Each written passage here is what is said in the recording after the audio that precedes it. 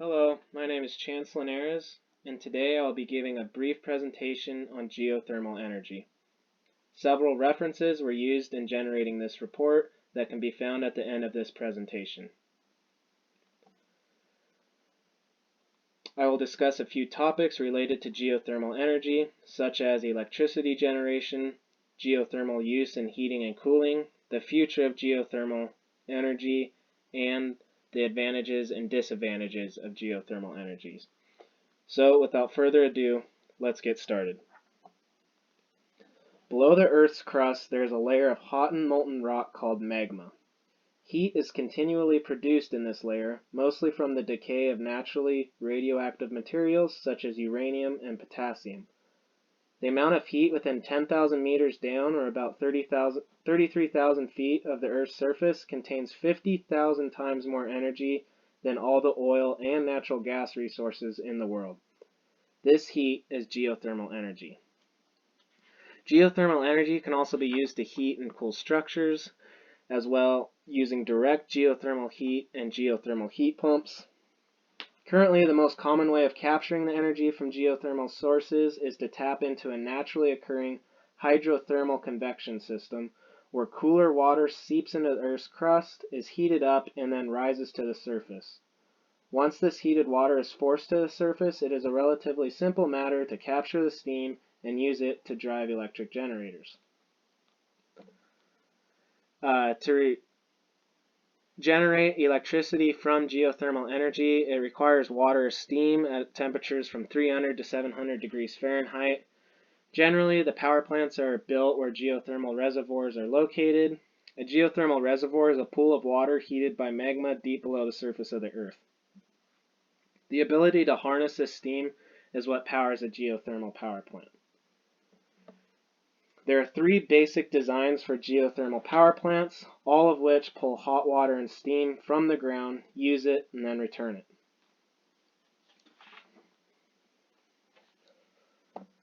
Dry steam geothermal power plants. Dry steam plants are most common types of geothermal power plants, accounting for about half of the installed plants. They work by piping hot steam from underground reservoirs directly into turbines from geothermal reservoirs, which power the generators to provide electricity. After powering the turbines, the steam condenses into water and is piped back into the earth via the injection well. Flash steam geothermal power plants. Flash steam plants differ from dry steam because they pump hot water, rather than steam, directly to the surface. These flash steam plants pump hot water at a high pressure from below the earth into a flash tank at the surface. The flash tank is at a much lower temperature, causing the fluid to quickly flash, or change phase, into steam.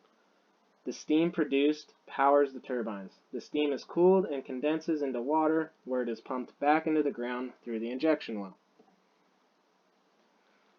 Binary cycle geothermal power plants. In these binary cycle plants, the main difference is that the water or steam from below the earth never comes in direct contact with the turbines. Instead, water from geothermal reservoirs is pumped through a heat exchanger where it heats a second liquid, usually isobutene, just because it boils at a lower temperature than water. This second liquid is heated into steam, which powers the turbines that drives the generator. The hot water from the earth is recycled into the earth through the injection well, and the second liquid is recycled through the turbine and back into the heat exchanger where it can be used again. For U.S. geothermal electricity generation, the United States is currently leading. As of 2019, there are 7 states that were generating electricity from geothermal resources, making for about 16 billion kilowatt hours. This is only equal to 0.4% of the total U.S. utility scale electricity generation. The first geothermal plant in the United States was built by Pacific Gas and Electric in 1960 at an area called the Geysers. Located in the Macomas Mountains north of San Francisco, California, it is the world's largest geothermal field, and it is now home to 22 geothermal power plants, known as the Geysers Complex. It is considered the largest geothermal plant in the world. The field is spread over 117 square kilometers, which is about 68.5 square miles. It consists of 22 power plants with an installed capacity at over 1.5 gigawatts.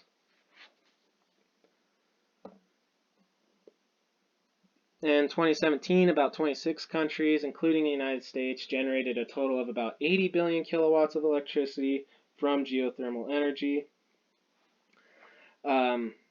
There are other countries doing it, but currently US is the farthest ahead. Not only can you use geothermal energy for electricity, but you can use it for other heating purposes.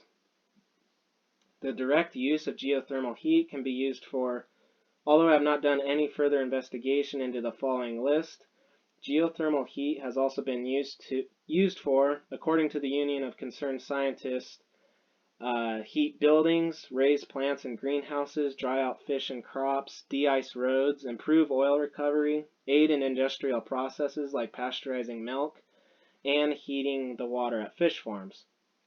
In Klamath Falls, Oregon and Boise, Idaho, geothermal energy and resources have been used to heat homes and buildings for more than a century now. In Iceland, virtually every building in the country is heated with hot spring water. In fact, Iceland gets more than 50% of its primary energy from geothermal resources. A much more conventional way to tap geothermal energy is by using geothermal heat pumps. Also called ground source heat pumps, they take advantage of the constant year-round temperature of about 50 degrees Fahrenheit. That is just a few feet below the ground surface. Either air or antifreeze is pumped through pipes that are buried underground and recirculated into the building. There are two types of heat pump systems, closed loop and open looped. Closed-looped horizontal systems are the most cost-effective for residential areas. For larger commercial buildings, closed-loop vertical systems are more often used. These can sometimes go down as deep as 400 feet. Closed-looped constructed under or in a pond or lake are usually the cheapest. In a closed-loop system, water or antifreeze mixture circulates through a loop of pipes underground or beneath a body of water and into a building. In the winter, the temperature of the underground is warmer than the air, so the fluid pumping in is warmer. Then the electric compressors and the heat exchangers transfer the heat through the ducts into the building. In the summer, the pipes draw heat away from the building and it is absorbed into the earth or water. Since the fluid is already cool in the summer and warmer than the air in the winter, the heater AC system doesn't have to work nearly as hard. Open loop systems.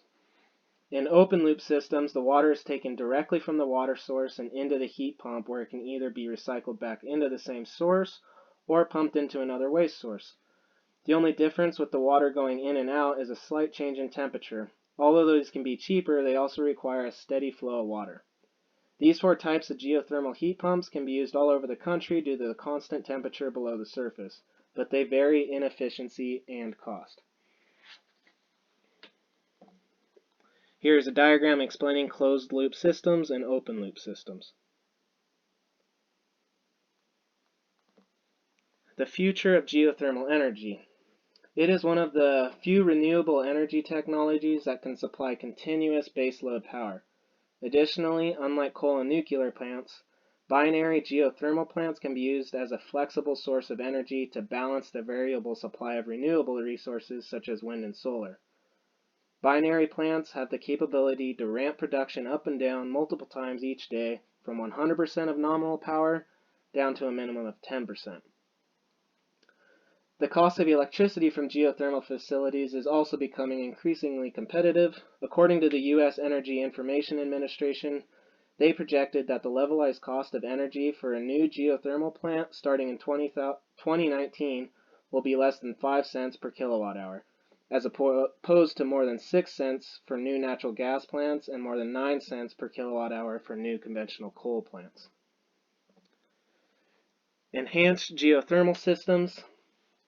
Geothermal heat occurs everywhere under the surface of the Earth, but the conditions that make water circulate to the surface are found in less than 10% of Earth's land area.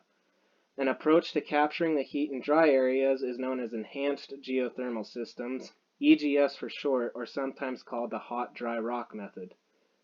The hot rock reservoirs, typically at greater depths below the surface than conventional sources, are first broken up by pumping high-pressure water through them. The plants then pump more water through the broken hot rocks where it heats up, returns to the surface as steam, and powers the turbines to generate electricity. The water is then returned to the reservoir through the injection wells to complete the circulation loop. Plants that use a closed-loop binary cycle release no fluids or heat-trapping emissions other than water vapor.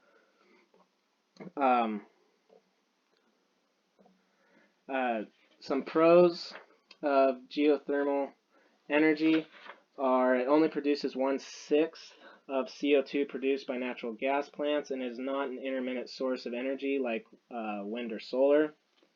However, there are some drawbacks to geothermal energy. Despite the low CO2 production, geothermal has been associated with other emissions like sulfur dioxide and hydrogen sulfide. Geothermal power plants have been the cause of many tremors in the area that they operate in, and they also have a high initial cost to build. They're also very location specific at the moment, which is why furthering EGS is so important.